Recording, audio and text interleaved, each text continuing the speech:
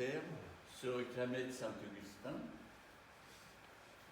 et les autres, à tort ou à raison, disaient qu'ils avaient tort. Bon. Donc, les jansénistes aussi, ça c'est au XVIIe siècle, et Pascal sera tenté par le jansénisme, eh bien, et les jansénistes étaient aussi influencés par Saint-Augustin, et l'évêque Jansénius avait fait un texte appelé l'Augustinus, dans lequel il soutenait donc cette idée que, d'accord, le mérite personnel joue peut-être un peu, mais enfin, Dieu a décidé, donc on ne doit absolument pas faire preuve d'orgueil quand on réussit, Dieu a décidé qui serait élu et damné.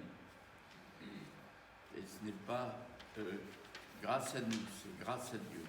C'est une œuvre immense, hein, Saint-Augustin, presque honte d'en parler parce que ça demanderait toute une partie de sa vie.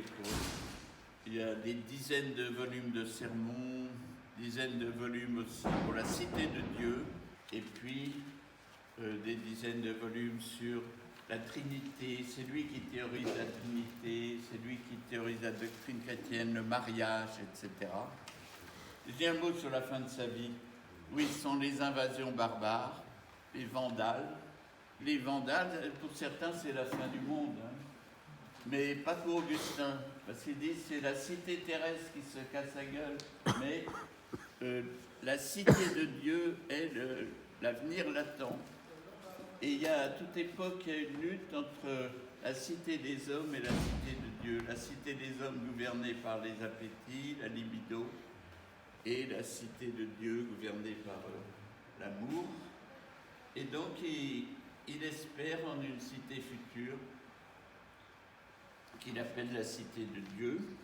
Foucault dit qu'il y a certains progrès avec Saint-Augustin. On commence à parler du consentement des femmes, et donc il dénigre pas Saint-Augustin, et il a tendance, peut-être c'est ce que lui reproche à revue l'histoire, à faire l'augustinisme une doctrine achevée dès le début, alors que selon les circonstances et les adversaires qui combattent, la doctrine Saint-Augustin évolue, change. Si on lit, en les sortant de leur contexte, des textes comme celui-là, je vais me faire étrangler par les féministes à la sortie, formés à la modestie et à la sagesse, plutôt soumises par vous, Dieu, à ses parents que par eux à vous, à peine nubile, ma mère fut remise à un homme qu'elle servit comme son maître, et vous la rendiez belle de cette beauté qui lui gagna l'admiration et les respectueux amours de son mari. Elle souffrit ses infidélités avec tant de patience que jamais nuage ne s'éleva entre à ce sujet. Elle attendit que votre miséricorde lui donna avec la foi la chasteté, naturellement affectueux, elle le savait prompt et irascible, et n'opposait à ses emportements que calme et silence.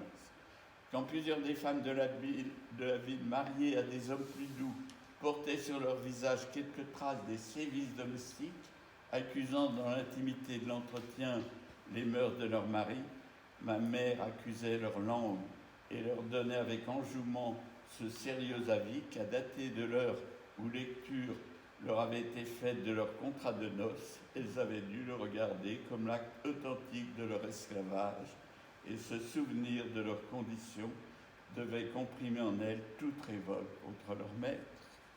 Voilà, mesdames, vous êtes avertis.